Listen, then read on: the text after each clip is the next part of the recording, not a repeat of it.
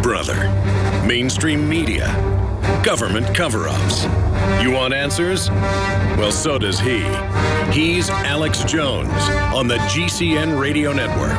And now, live from Austin, Texas, Alex Jones. For those that don't know, there's been congressional hearings about it in the 70s and 80s. I grew up in Dallas around a bunch of the famous televangelists, hung out with their kids. They were just all incredibly wild. Almost all of them. It's the old joke about a preacher's daughter.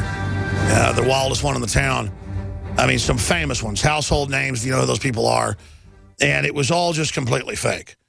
And my parents were Christians, and they weren't, you know, Pharisee types saying how great they were, but they loved God. And you know, we get a tear in their eye when praying. They were just abhorred these people that lived in and around us in the community we lived in. And when you look at the churches today in the last 200 years teaching this this pre-tribulation rapture, it's not in the Bible. Anybody could read Daniel or Ezekiel or Revelation and see that the devil sets up a world government, says pledge to it, and goes around killing people. And then when Christ defeats the Antichrist, then the dead in Christ rise. Then and there's a 1,000-year reign with God's people, the people that went through it who were still alive. The dead are risen, their spirits to them be with God. A 5-year-old could read that, and it shows the grand delusion. Because you can't have this happen unless the churches have been taken over and believe that they're not going to have to go through anything. Look at what happened to Christ and all the disciples in the Old Testament, how they were persecuted. Joel, I'm ranting. I wanted you to put bookends on this because even if you were an anthropologist or sociologist or psychologist, let's say we don't believe in God, hypothetically.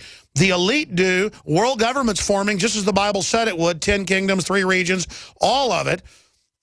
But the Christians all think, oh, thank God it's getting bad. We're going to be teleported up like to the star deck of the Enterprise any minute. What are they going to think when the chips start rolling out in the world government? I mean, what are they going to do when they keep thinking they're going to get raptured? Joel Skousen.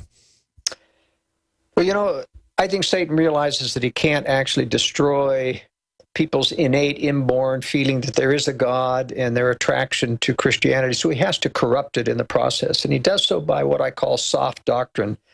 In other words, you preach to people that Christ's love is totally unconditional. No matter what I do, he loves us and loves Satan as much as anyone else. And, you know, personally, I think that God can only love that which is good and true. He can have an outstretched arm calling to those in charity to repent and giving them opportunities and sending them messages in conscience to try to bring them.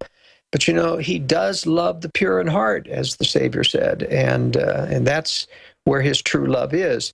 But, you know, they also teach the doctrine that, you know, you've had a born-again experience. You don't have to do anything else. You don't have to follow the promptings of the Spirit. You don't have to follow the commandments. You're just saved. And while there is grace, that grace is that continual flow of revelation to us, of inspiration to try to keep us on track. And we are responsible to listen to those promptings. I've had this nightmare, you know, of getting on the other side someday and reaching the Savior and wanting to embrace him and have him put out his arm and say, now, wait a minute.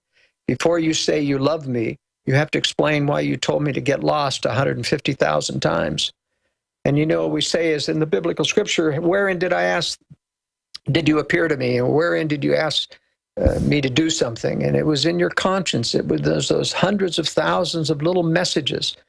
And that's my message, you know, and I think this has been a great show today, Alex. We've talked about something, you know, we don't normally hear on this subject on the radio, but it's the core of what people need to do to survive in the last days. Yes, strategic relocation is important, securing a home is important, having a safe room is important, but if you don't have good judgment, if you aren't listening to the promptings warning you when the knock is coming next week to your door to be able to get out safely, then I think it will be for naught.